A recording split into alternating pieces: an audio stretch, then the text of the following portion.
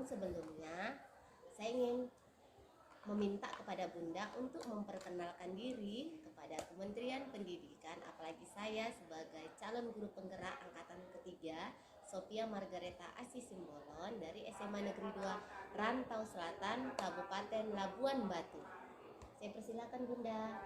Oke, saya akan memperkenalkan diri saya. Nama saya Syahria Nurma.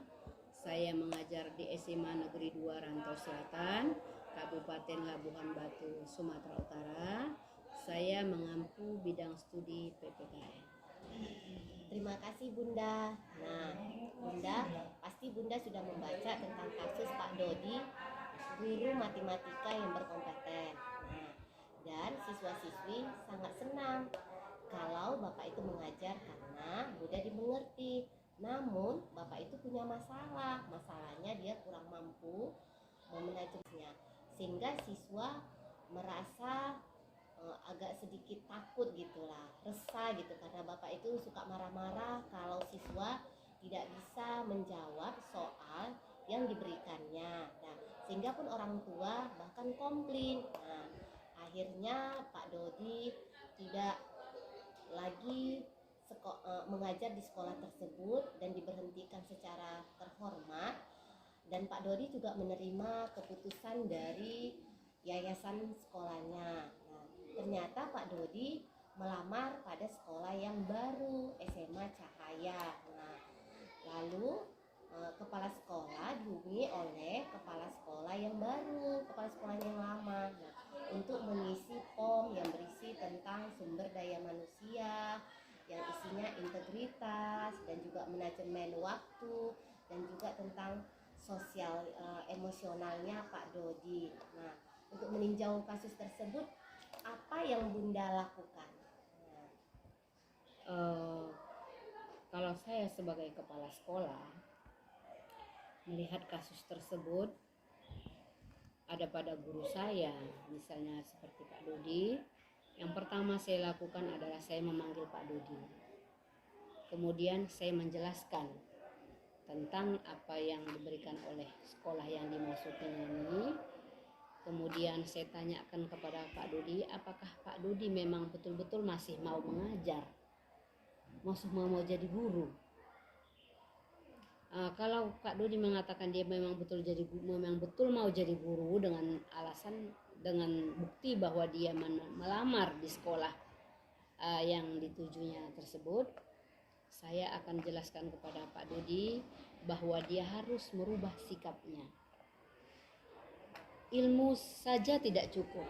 Saya tahu bahwa Pak Dodi itu cerdas, pintar, tetapi tidak semua anak bisa menerima materi pembelajaran yang diajarkan Pak Dodi, karena latar belakang anak itu berbeda-beda. Jadi Pak Dodi yang pertama sekali harus bisa memberikan atau bisa menyesuaikan kepada anak bagaimana caranya bahwa supaya materi yang diajarkannya itu disenangi anak. Atau dia buat metode-metode baru, misalnya dengan cara siswa yang bisa mengerti, yang sudah mengerti dan memahami materi yang diajarkannya, ikut mengajar teman-temannya yang belum mengerti, karena capeknya dia bisa emosi. Jadi maksud saya dan Pak Dodi ini, maksud saya juga Pak Dodi ini harus bisa menguasai emosinya. Itu pertama, tentang emosi.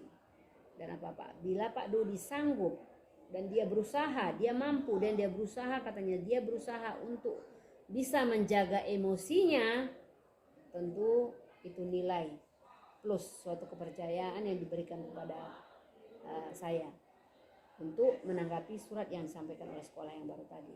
Yang kedua, saya juga meminta Pak Dodi untuk berubah sikapnya tentang melaksanakan segala administrasi guru, misalnya membuat RPP, mengerjakan soal ujian, mengantar soal ujian, dia harus bisa menyelesaikannya dengan cepat sesuai dengan waktu yang ditentukan oleh sekolah. Jadi selama ini mungkin Pak Dodi selalu menganggap itu sepele, nantilah gampangnya buat soal. Tapi saya yakin dan percaya ini kelalaian Pak Dodi. Jadi kalau menurut saya berusaha kalau memang Pak Dodi bisa menyampaikannya bahwa dia bisa mengerjakan tugas administrasi sekolah dengan cepat, dengan baik sebelum dari H yang ditentukan, dan dia mampu, saya berikan kesempatan kepada Pak Dodi. Tuh, dengan konsekuen kalau dia memang mau. Dan saya tegaskan kepadanya, apabila Bapak memang berusaha, saya akan menelepon kepala sekolah Bapak yang baru, dan Bapak ini berjanji kepada saya yang bertanggung jawab. Tapi apabila Bapak nanti tidak bisa melakukannya, saya juga nanti yang meminta Bapak untuk mengundurkan diri dari sekolah tersebut. Terima kasih atas tanggapan Bunda Nurma dari pertanyaan pertama. Ini pertanyaan kedua, Bunda. Apakah Bunda mengisi POM apa adanya atau Bunda buat lebih sedikit lebih baik dari fakta yang terjadi? Bagaimana tanggapan Bunda? Sesuai dengan percakapan saya dengan Pak Dodi tadi, karena saya melihat kesungguh-sungguhannya untuk mau berubah, untuk mau mengubah sifatnya, dari percakapan saya tadi, saya akan mengisi POM itu sedikit lebih baik. Terima kasih Bunda. Pertanyaan yang ketiga, Bunda. Apa yang menjadi pertimbangan Bunda ketika Bunda melakukan hal tersebut? Pertimbangan saya pertama, memang dia profesinya memang menjadi guru. Saya pikir ilmunya itu sayang, saya pikir, karena saya tahu bahwa Bapak itu mengajar memang lebih baik, mudah ya, dimengerti. Kemudian yang ekonominya, bahwa Bapak itu membutuhkan ekonomi, itu yang membuat saya lebih peduli terhadap Pak Dodi ini. Terima kasih Bunda buat pertanyaannya. Demikianlah wawancara saya dengan rekan kerja saya, yaitu Bunda Nurma, guru PPKN SMA Negeri 2 Rantau Selatan. Semoga bermanfaat. Terima kasih dan salam bahagia.